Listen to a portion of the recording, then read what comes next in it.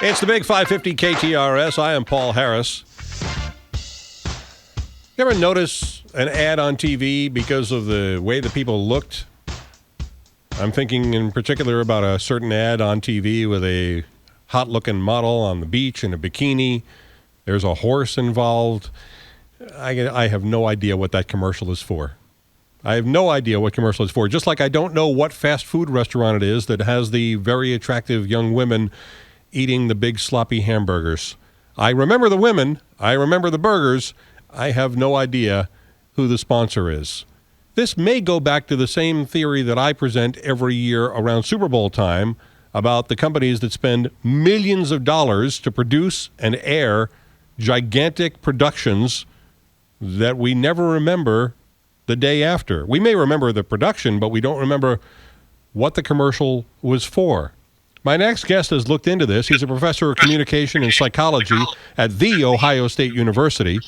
And we're getting a little bit of feedback because he's joining us via Skype now. Dr. Brad Bushman. Hi, Brad. How are you? Good. How are you? Good. So you've studied this phenomenon, and what have you discovered? Yeah, actually, we reviewed every single study conducted on this topic. We found 53 separate studies involving about 8,500 participants. And we looked at both the content of the program, whether it was violent, sexual, or contained no violence and sex, as well as the content of the ad. And what we found is that violence and sex actually interfere with memory for brands being advertised, decreases attitudes towards the brand, and decreases buying intentions for the brand. Violence and sex surely grab our attention, but what they do is they divert attention away from the product being advertised. So I'm not alone in this. No, that's right. Okay. By the way, do you know what those products are that are in those ads? You probably have seen the commercials. Oh, there's many. We looked at 53 studies. In a typical study, what they might have is an advertisement for a laundry detergent, and they embed exactly that same advertisement in a violent TV program, a sexual TV program, or a neutral TV program. And then after the study, they give people a surprise memory test and say, oh, by the way, there was an advertisement in the TV program. What was the brand being advertised? And people are less likely to remember the brand if it was embedded in a violent or sexual program. So it doesn't even have to be the commercial itself being sexy or violent. It's the programming around it. Yes. Well, that's fascinating to me, because I would think that by the time we got to 21st century technology, where people may remember certain things about their favorite shows, that they would also remember certain things that are embedded in those shows via those commercials. But you're telling me that's not the case. Correct. And also it applies for the advertisements themselves. So, for example, there may be an advertisement for Levi's jeans. There may be a sexual version of it, a violent version of it, and a neutral version of it. People are more likely to remember the neutral version of it. But what about between sex and violence? Do we have a preference for one of those when it comes to memory? Generally, no. But if there is a difference, violence seems to hurt memory more than sex does. Interesting. And is there a difference between the genders? Are women more likely to remember those commercials than I would be, for instance?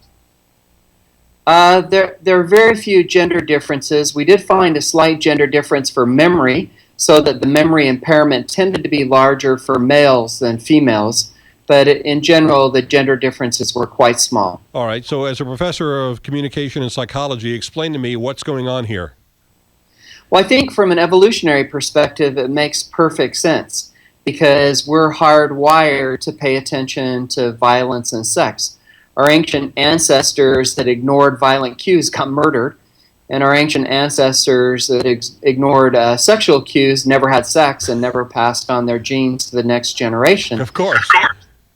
Humans have a limited capacity to pay attention, and violent and sexual cues are very arousing and use a lot of that capacity, leaving very little capacity for brands being advertised. So it sounds like you're telling me that if I'm watching one of those shows, even in those circumstances where I'm watching it on live TV and I'm not fast forwarding through the commercials, I literally tune out because I was maybe overstimulated by the content of the show. And when the commercial starts, my mind goes, all right, well, I can calm down for a couple of minutes.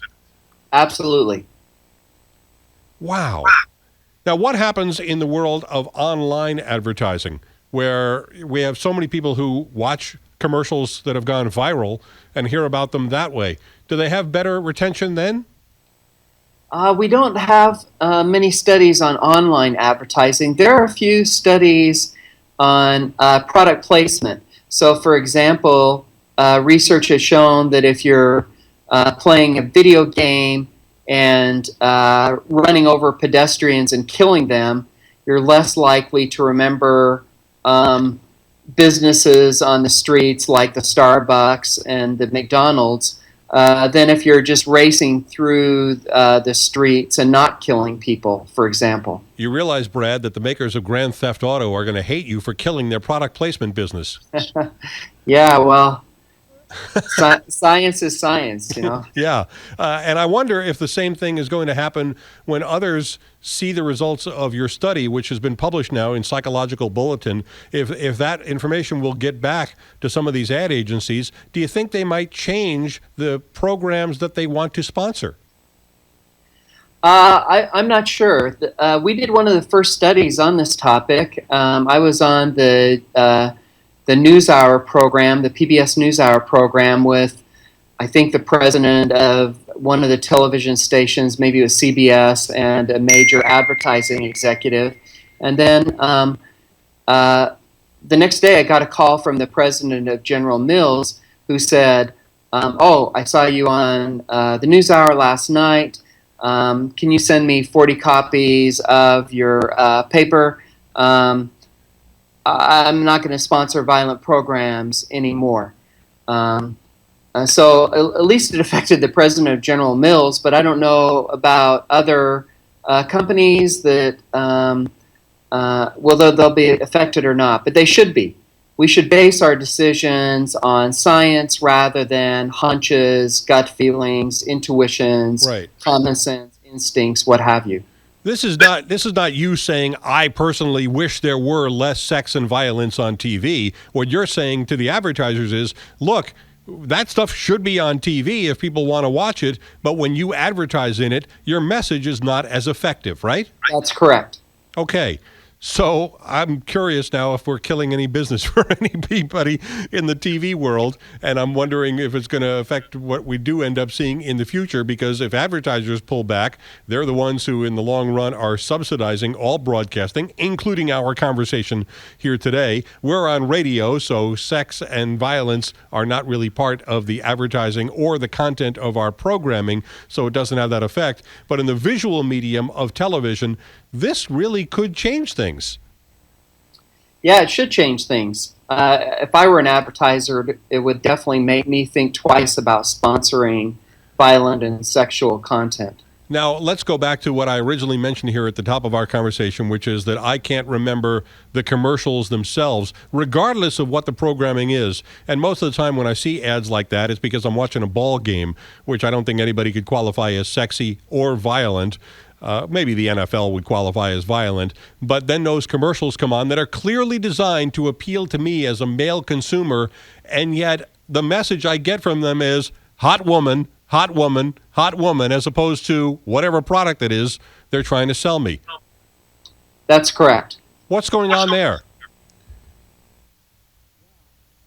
Same thing, just that sex and violence are emotionally arousing. They grab our attention and leave little attention left over for the brand being advertised. There is one caveat to this general message, and that is if the content of the advertisement and the content of the program match, such as a violent ad embedded in a violent program or a sexual ad embedded in a sexual program, you don't see the deficit.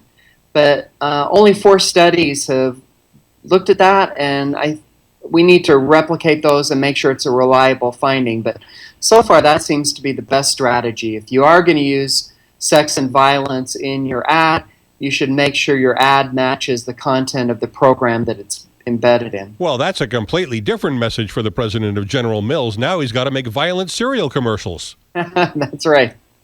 Dr. Brad Bushman is a professor of communications and psychology at The Ohio State University and the author of a piece called Here's How Sexy Advertising Backfires. Thanks so much for joining me here today. Oh, it's my pleasure. Thank you for having me. I'm Paul Harris. This is the Big 550 KTRS.